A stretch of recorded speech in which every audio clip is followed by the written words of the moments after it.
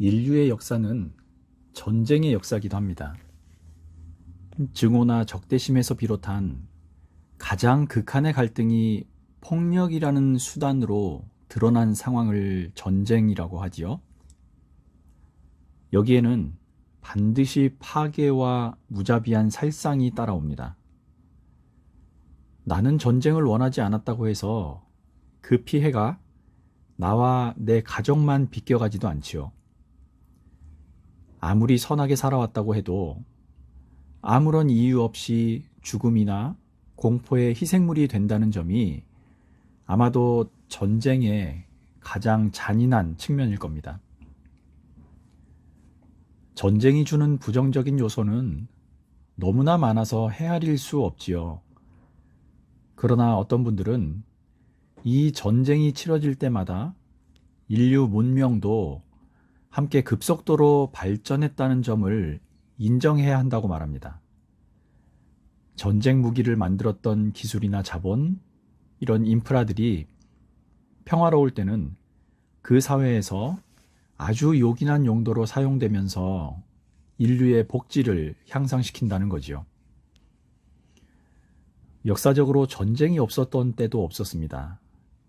그 원인도 경제적인 것에서부터 권력욕, 상대방에게 자신의 의사를 강제하려는 행위까지 너무나 다양하지요. 한마디로 전쟁을 설명할 수는 없지만 그 핵심 원인은 파악할 수 있습니다. 바로 권력, 힘입니다. 서민들이 전쟁을 일으키는 경우는 없지요. 전쟁이란 그래서 분명 권력을 가진 사람들이 주도적으로 일으키는 행위입니다.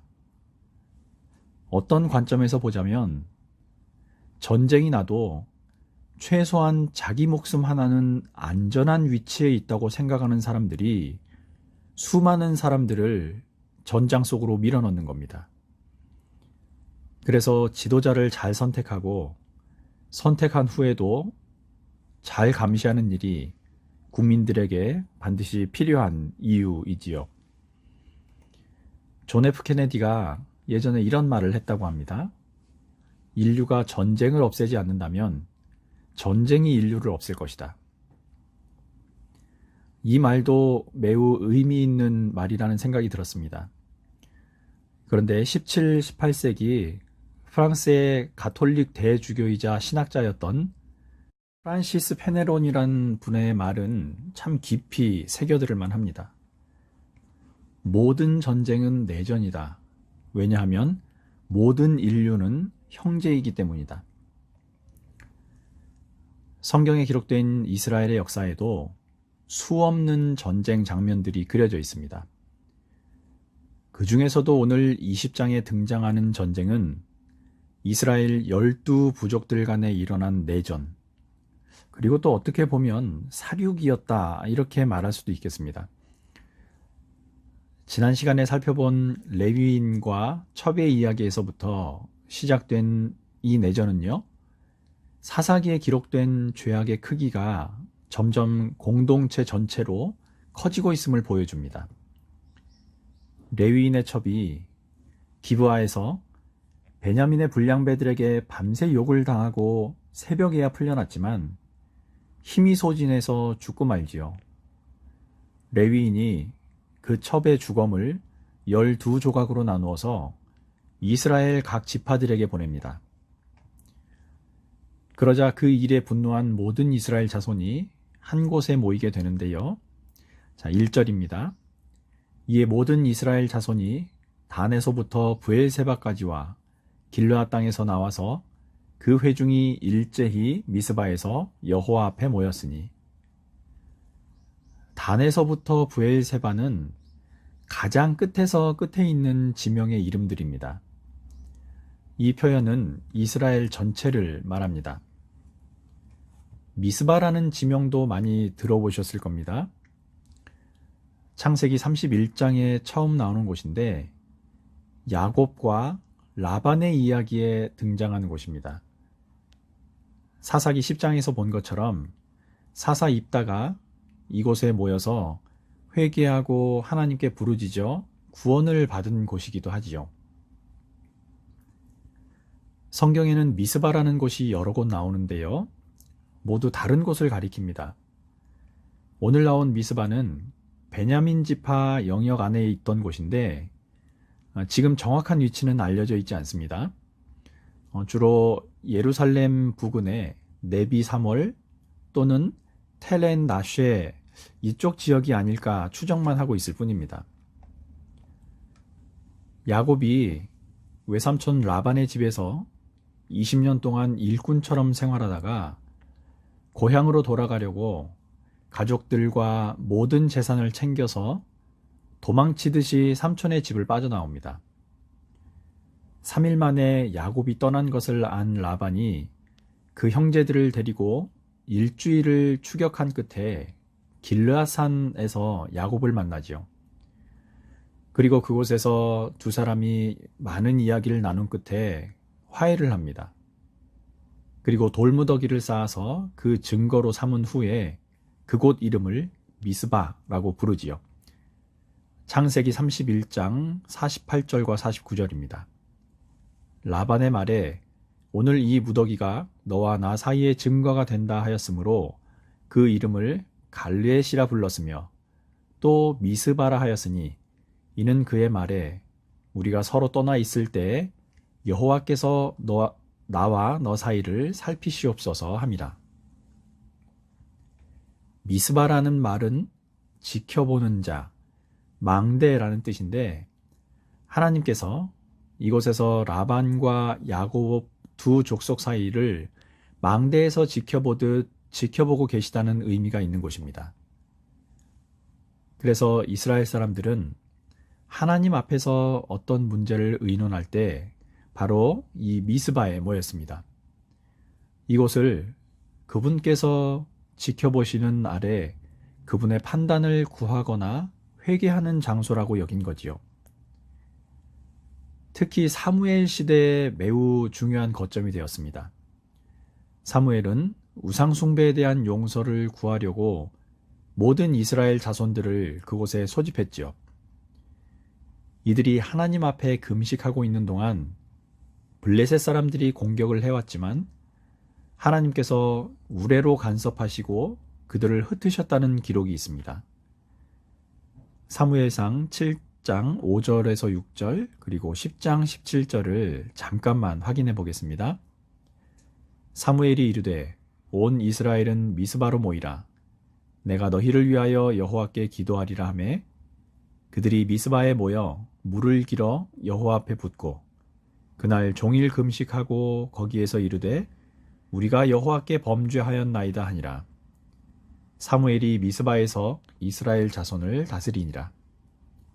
17절입니다. 사무엘이 백성을 미스바로 불러 여호와 앞에 모으고. 자, 본문 2절과 3절을 계속 보겠습니다.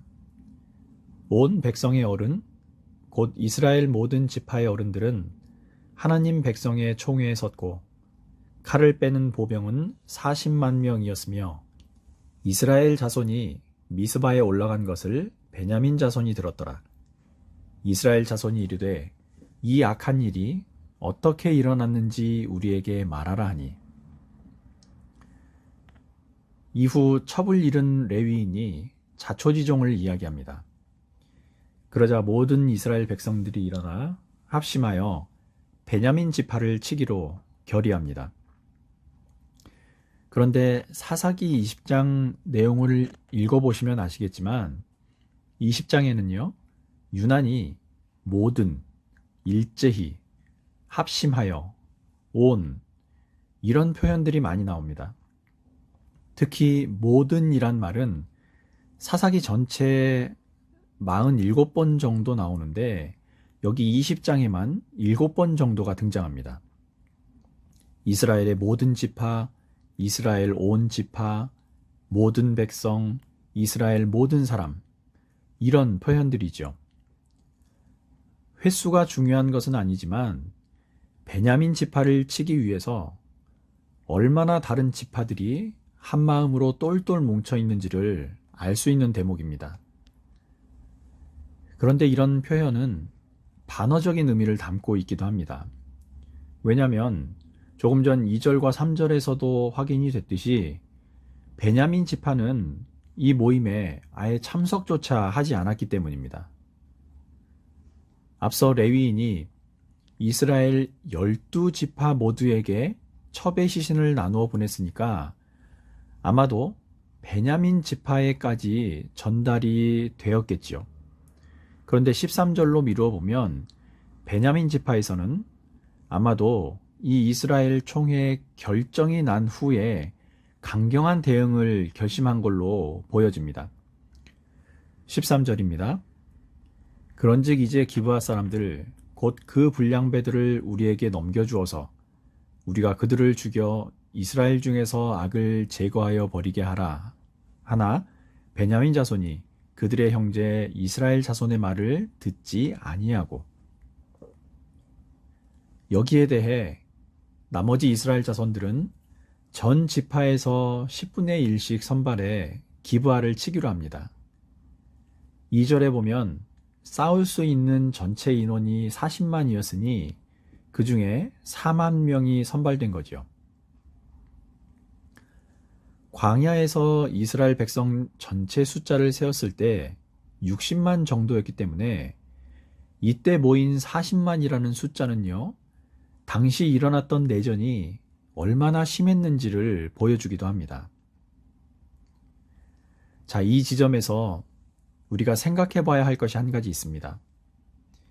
이들이 이스라엘 내에서 발생한 죄악에 대해서 신앙의 순수성을 지키겠다고 모인 것까지는, 이들이 이 자리에 이렇게 모인 것까지는 그럴 수 있다고 봅니다.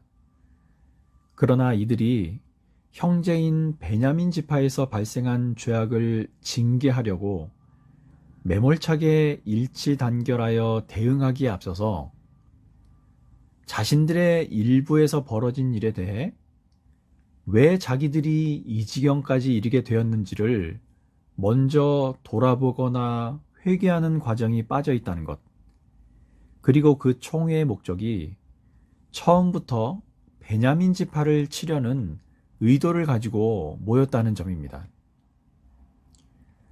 거기에 총회에서 사건의 진위를 파악하면서 레위인의 이야기를 듣는 과정은 있고 베냐민 지파의 말은 들어보았다는 기록이 없습니다. 처음부터 아예 부르지 않았으니 이 총회의 성격이 어떤 것이었는지를 짐작하기가 그다지 어렵지는 않겠지요. 11절을 보겠습니다. 이와 같이 이스라엘 모든 사람이 하나같이 합심하여 그 성읍을 치려고 모였더라. 11절은 앞부분에 대한 사사기 기자의 보충 해설 부분입니다. 사사기 기자는 이 사건을 다루면서 지금까지 사사시대 내내 볼 수 없었던 이스라엘 민족들 전체의 일체감과 협동심에 기록에 초점을 맞추고 있습니다. 이스라엘이 가나안에 정착한 이래로 오늘 같은 일체감을 보여준 적은 한 번도 없었다는 거죠. 오히려 지파들 간에 반목하거나 비협조적인 모습들이 더 많이 나타났었습니다. 따라서 이렇게 한 마음이 되었다는 것은요, 상당히 이례적인 사건이었다라는 점을 꼬집어서 말하고 있는 겁니다. 어느 집단을 막론하고 그 집단이 발전하기 위해서는 구성원들의 단합이 반드시 필요하죠.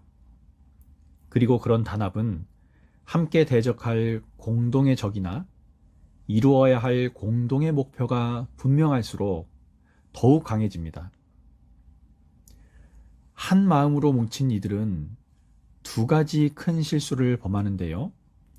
첫째, 전쟁을 할 것인가 말 것인가를 스스로 결정하는 실수입니다. 18절입니다. 이스라엘 자손이 일어나 베델에 올라가서 하나님께 여쭈어 이르되 우리 중에 누가 먼저 올라가서 베냐민 자손과 싸우리이까 하니 여호와께서 말씀하시되 유다가 먼저 갈지니라 하시니라. 얼핏 보면 하나님께 묻고 진행된 것처럼 보이지만 이들은 이미 전쟁 여부를 결정해 놓고 그 순서만 물은 겁니다. 게다가 이스라엘의 모든 일에서 유다 지파가 장자의 권리를 행사하는 것은 이미 누구나 다 아는 일이었거든요. 뻔한 사실을 놓고 누가 먼저 올라가야 하느냐고 물은 것은 형식적인 절차에 불과했던 거죠. 이들은 누가 먼저 싸워야겠습니까를 물을 것이 아니라 먼저 그 일을 폭력적인 방법으로 심판을 해야 됩니까 말아야 됩니까부터 물었어야 하는 겁니다. 그 결과 첫 번째 전투에서 강렬하게 저항하는 베냐민 지파에게 이스라엘 연합군은 22,000명이 피해를 입는 큰 패배를 당합니다. 둘째, 첫 번째 패배에도 끝까지 자기들의 생각이나 계획을 포기하지 않은 고집이었습니다. 23절입니다. 이스라엘 자손이 올라가 여호와 앞에서 저물도록 울며 여호와께 여쭈어 이르되 내가 다시 나아가서 내 형제 베냐민 자손과 싸우리이까 하니 여호와께서 말씀하시되 올라가서 치라 하시니라. 이곳에도 하나님의 뜻을 구한 것처럼 보이지만 여전히 자신들이 이 전쟁을 수행해야만 한다는 명분을 포기하지 않았다는 뜻입니다. 그리고 그 결과 다시 한번 18,000명이 피해를 당합니다. 베냐민 지파는 26,000명 정도인데 이들은 거의 처음 선발된 인원 전체가 베냐민 지파에게 전멸당한 거죠. 그제야 백성들은 전쟁에 대한 판단을 다시 내립니다. 모든 백성들이 하나님 앞에 올라가 금식하고 다시 하나님의 뜻을 구합니다. 이제 완전히 하나님의 뜻을 구하게 된 것이었고요. 그것은 연합군에게 승리를 가져다 준 원인이 되었습니다. 26절에서 28절입니다.